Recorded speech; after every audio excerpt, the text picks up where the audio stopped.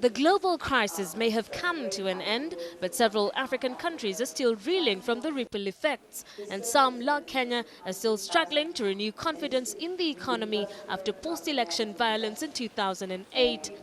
Against this background, the IMF this week hosted a debate in Nairobi titled Africa's Economic Transformation, the Road Ahead. It had been reasoned by some pessimists when this started that this crisis will be confined to the developed economies whose economies were intertwined financially, that Africa would be insulated from this. This, of course, turned out to be very wrong.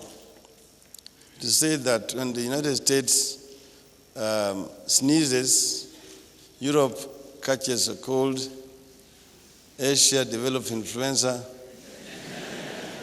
Africa gets TB or HIV/AIDS. The panelists, including top leaders from Kenya and other global top shots, were in agreement that the continent is the next frontier and the region needed a game changer that will position it to take full advantage of the opportunities. The economic transformation can only happen with foreign direct investment. That's called business. It doesn't matter whether the profits leave the country or stay in. That's what happens everywhere in the world. But you need to get foreign direct investment. Capital must be safe. Money will not go where it's unsafe. For that you need governance. Governance under the rule of law by some form of elective representative governance, which can only come from civil society. Governance is the key to the transformation of Africa for the 21st century. Led by Wangari Maathai, Africans were urged to be in the front line in turning around their own continent. We must eventually understand that the transformation of Africa must be done by us Africans. Nobody is going to come from abroad and do it for you. We must do it.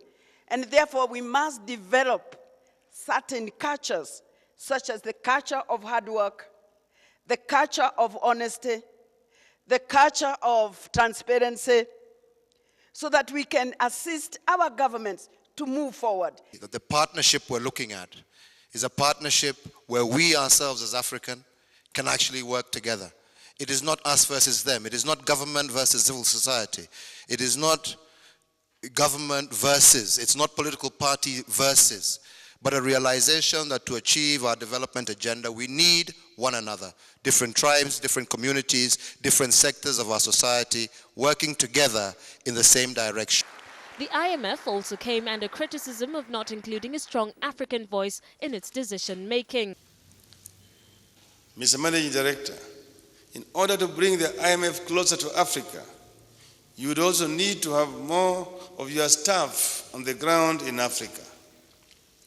If your team flies in from Washington and flies out after 1 week, no matter how bright your team may be, there is a limit to how much they can learn.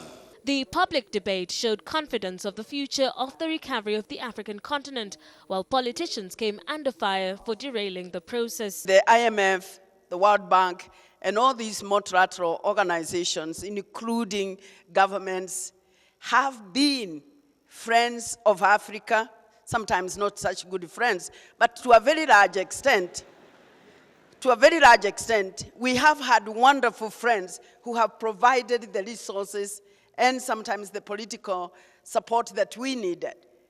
But the point I want really to emphasize, and what I have experienced in my 3 decades of work here in Nairobi and generally in Kenya, is that money has never been the problem. It is not as if IMF will not give us the money. It is not as if any governments represented here will not give us the money. It is what we do with that money. It's how we spend that money.